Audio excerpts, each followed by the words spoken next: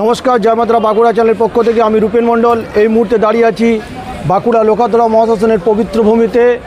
আজকে বাঁকুড়া লোকাতড়া মহাশ্মশানে মায়ের যে অষ্টমঙ্গলা তার পুজো হচ্ছে এবং আমাদের এই যে 7 দিনব্যাপী মায়ের যে পুজো এবং সমস্ত যে প্রোগ্রাম তার সঙ্গে আজকে হচ্ছে সবাইকে নরনারায়ণ সেবা করানো হচ্ছে।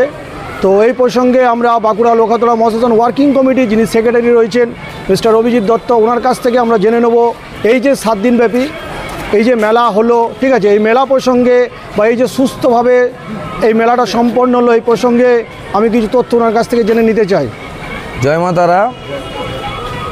আমি সমস্ত বাঁকুড়াবাসীকে ধন্যবাদ জানাচ্ছি এবং অভিনন্দন জানাচ্ছি এই জন্য যে তারা যেভাবে আমাদের সাথে সহযোগিতা করে সুষ্ঠুভাবে 7-8 দিন, আজকে অ্যাকচুয়ালি বলতে গেলে 9 দিন হয়ে গেল আমাদের কালী পূজা 2 দিন আগের থেকেই আমাদের লোকজন এবং মানুষের আসা যাওয়া শুরু হয়েছে এবং যেটা ভাইফোঁটার দিন চরম আকার ধারণ করেছিল এবং তারপরেও আজও পর্যন্ত আমাদের এই মানুষের জনসমাগম অব্যাহত আছে।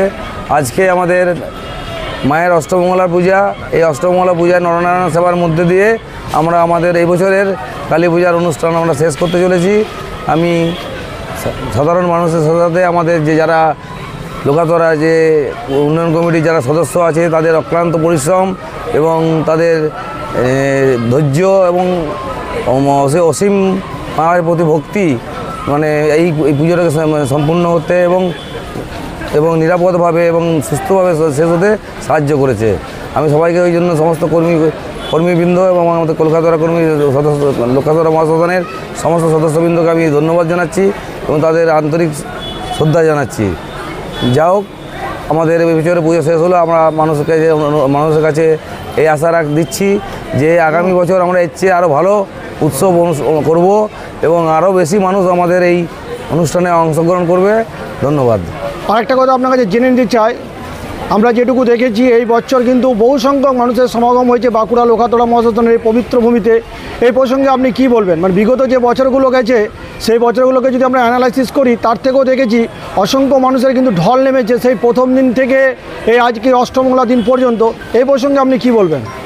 এ ব্যাপারে আমি অনেকটা সোশ্যাল মিডিয়াকে কৃতিত্ব দেবো এই জন্যই যে আমাদের লোকাতড়া মহাশ্মশান পূজার যে প্রস্তুতি শুরুর সঙ্গে সঙ্গে আমাদের যে সোশ্যাল মিডিয়ার মাধ্যমে যে প্রচার সর্বস্তরে যেভাবে মানুষের মধ্যে পৌঁছে গেছে, যার ফলে লোকাতড়া মহাশ্মশানের থিম সম্পর্কে এমনিতেই মানুষের আগ্রহ ছিল, সেই আগ্রহটা আর অনেক বাড়িয়ে তুলতে পেরেছি আমরা।